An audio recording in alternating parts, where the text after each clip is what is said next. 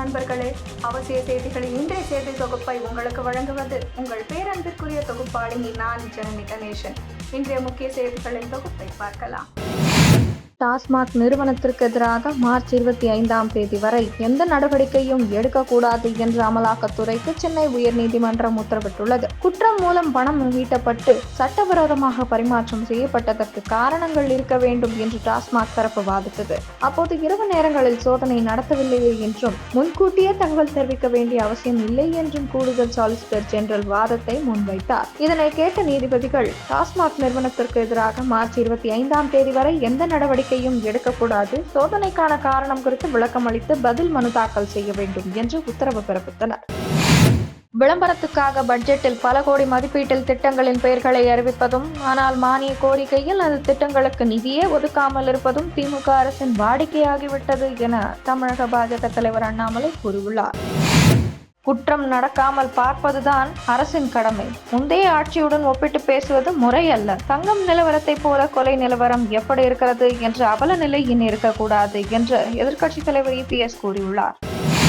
சில கொலை குற்றங்கள் சமூக வலைதளத்தில் வெளியாகும் போது அதிக குற்றங்கள் நடப்பது போல் திட்டமிட்டு பரப்பப்படுகிறது என EPS குற்றச்சாட்டிற்கு முதலமைச்சர் ஸ்டாலின் பதில் அளித்துள்ளார்.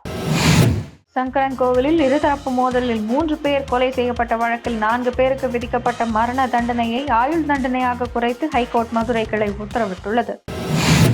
ஜாதிவாரி கணக்கெடுப்பை தமிழக அரசே நடத்த வேண்டும், மாநில அரசு ஜாதிவாரி கணக்கெடுப்பு நடத்தக்கூடாது என்று எந்த உச்ச நீதிமன்றமும் தெரிவிக்கவில்லை என கூறியபடி பேச வாய்ப்பு கேட்டு கை நீட்டியபடி அமைச்சர்கள் இருக்கையை நோக்கி முன்னோக்கி தமிழக வாழ்வுரிமை கட்சி MLA வேல்முருகன் நடந்து வந்தார். இதனை கண்டித்து சட்டசபையில் பேசிய முதல்வர் ஸ்டாலின், சட்டசபையில் அதிக பிரசங்கித்தனமாக நடந்து கொண்ட வேல்முருகன் மீது சபாநாயகர் அப்பாவு நடவடிக்கை எடுக்க வேண்டும் என வலியுறுத்தியுள்ளார்.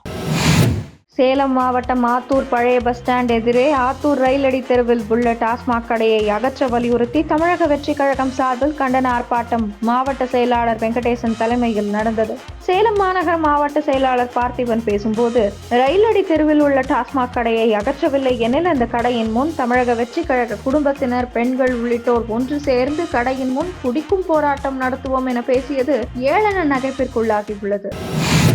மேட்டுப்பாளையம் நியூ எக்ஸ்டென்ஷன் வீதி 1 வசிப்பவர் ராஜிக். இவர் கோவை மாவட்ட SDPI கட்சியின் மாவட்ட பொதுச் செயலாளராக பதவி வகித்து வருகிறார். இவர் சிறுமுகை சாலையில் பழைய இரும்பு கடை வைத்து கார் உதிரி பாகங்களை விற்பனை செய்து வருகிறார். இவரது வீடு மற்றும் பழக்கடையில் நேற்று காலை 10 மணிக்கு மத்திய அமலாக்கத்துறையினர் சோதனை நடத்தினர். வீட்டின் முன் மத்திய ரிசர்வ் போலீஸ் படையினர் பாதுகாப்பு பணியில் ஈடுபட்டனர். இதை அறிந்த SDPI கட்சி நிர்வாகிகள் வீட்டின் முன் கூடினர். இதனால் மேட்டுப்பாளையம் நகரில் பரபரப்பான சூழல் நிலவியது.